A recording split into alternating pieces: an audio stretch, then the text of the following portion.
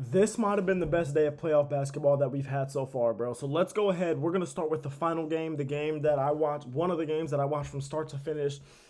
Warriors Rockets, man. Steph Curry, dude, finished with 36 points on 23 shots, had 9 assists and 7 rebounds. Keep in mind, Jimmy Butler did not play. He's still out with that pelvis injury. Steph Curry just had a phenomenal legacy game. Let me tell you, he started this game out like 1 for 6 from 3. I think he was like 3 for 10 or something like that. Like, he started this game out struggling. And then in the second quarter, he went off for like 13 points. And then for the rest of the game was just pure domination, bro. He was out there absolutely cooking. And that man just showed that he is easily the best player in this series. He just showed you why he is the greatest point guard of all time. He just proved his greatness. Dude went out there and hooped tonight. For the Rockets, Fred VanVleet was really the only player hooping early. I think he had like 13 points in like the first quarter, and I think that was all of his points for the game. Like he scored like 4 more points for the rest of the game. I'm not moved. He was playing phenomenally in the first quarter, and then he fell off so quickly. And the Warriors just before halftime went on a super good run to get it down to just a 3-point deficit, and that was when I knew the Warriors won this game. The way they played in the second quarter, the way that Steph Curry was starting to get hot, was starting to feel himself. He hit his first 3, and he was just hitting layup after layup, was just getting to the cup. That's when I knew they won this game, because when Steph Curry starts doing stuff like that, then you know the rest of his game is coming around, and that's exactly what happened.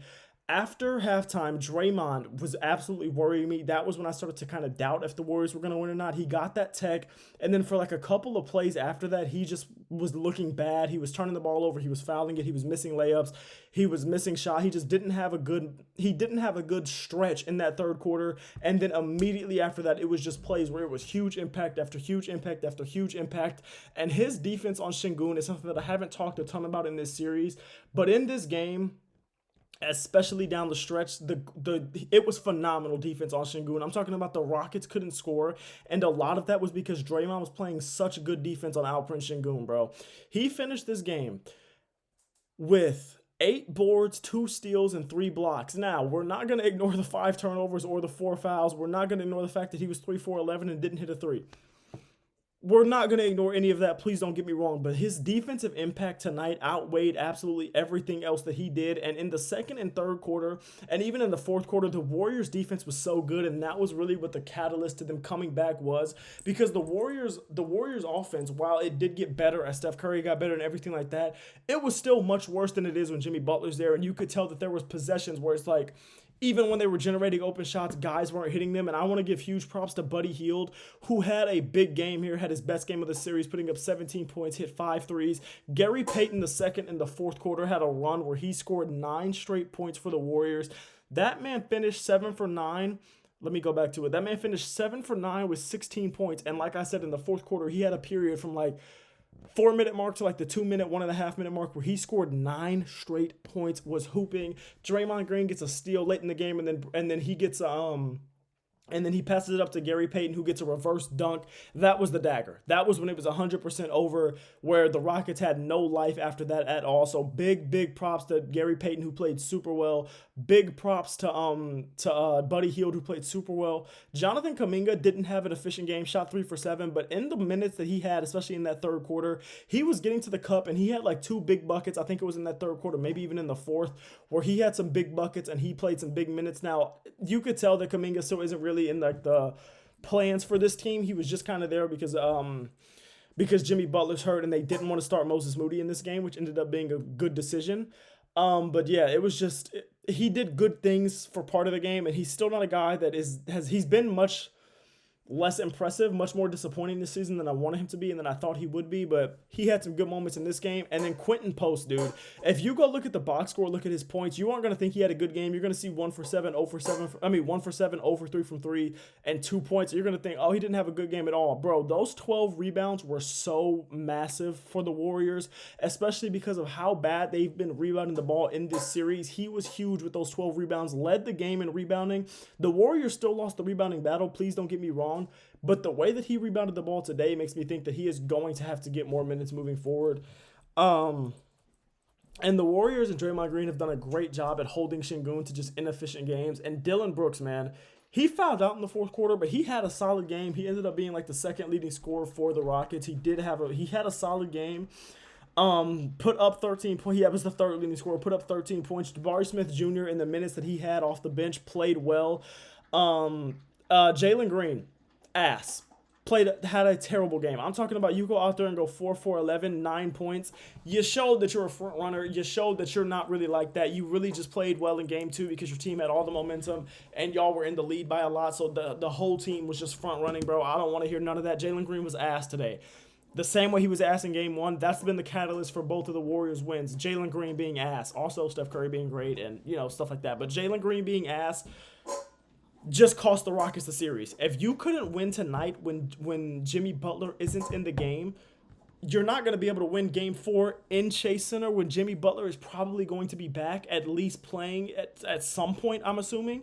You're not winning that game. You're not winning the series. The series is over. Jalen Green and the Houston Rockets lost the series tonight. Dude, if this dog doesn't stop, I'm going to choke him. I'm going to hurt him.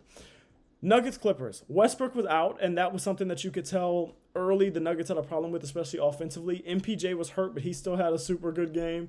The Clippers' offense early was terrible, and it ended up they ended up getting it back, but like in the fourth quarter, early fourth quarter, late third quarter, their offense was bad. In the first quarter, their offense was bad, and they did do a great job. Coming back to it and everything like that, they did a great job cutting that 22-point deficit or whatever it was. In the first quarter, man, Chris Dunn offensively was terrible in this game. Like, he could not hit a shot. This man was getting wide open corner 3 after wide open corner 3. And I don't think he hit one of them. Let me go check the box score, but I literally don't think he hit one of them. He was ass. He was literally terrible tonight. And it was sad to see because in a game where you lose by 2 points, him just hitting one of those threes would have been so pivotal. He went 1 for 9, 1 for 6 from 3, and those shots were damn near all wide open. It's just sad. It was really bad to see. But then the Clippers bench unit in that late first quarter, early second quarter came out hot with guys like Ben Simmons playing super well defensively and guys like Derrick Jones Jr. playing big minutes in those minutes as well. Bogdan Bogdanovic, a guy that I have been hating on, played pretty well in those minutes. Nicholas Batum had his worst game of the series, played like absolute ass offensively, but that's whatever. Jamal Murray had a terrible start for the Nuggets and really just didn't have a good game. He finished 5 of 17, 1 for 5 from 3, 13 points.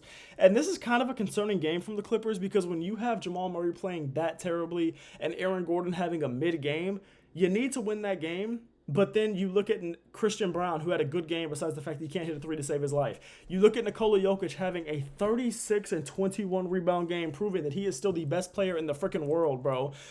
And you start to understand why they kind of lost this game, especially when Kawhi Leonard, man, offensively early in the game was super inefficient, just didn't have his best game. Now, he put up 24 points and was their leading scorer, but it was just an inefficient night from him. Norman Powell had a good game. James Harden, he was playing pretty well at first.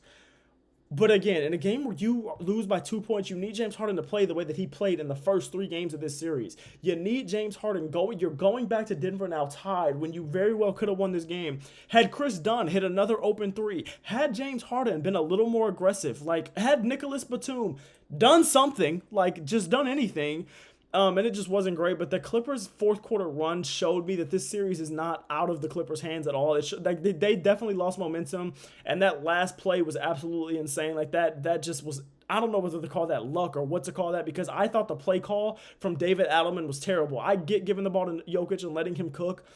But the best you could come up with is a Nikola Jokic fadeaway 3 off of one leg for game. Maybe you just didn't care that much if it went into OT. Maybe you thought you were going to win in OT, and I don't know why you would have thought that with the way the Clippers played in the fourth. They had all the momentum. But y'all better thank God that ball got out of Aaron Gordon's hands in times. And at first, I didn't think it did. I kind of do think it got off in time. But I knew that the fact that they called it good in real time was going to mean that they won the game. I knew they didn't have enough to overturn it. And that ended up being true. So now you go back to Denver. Series is tied 2-2. And I don't know who's going to win Game 5. I don't know. It is really, really going to be tough for me to pick who wins Game 5. Thunder at Grizzlies. I didn't watch a minute of this game.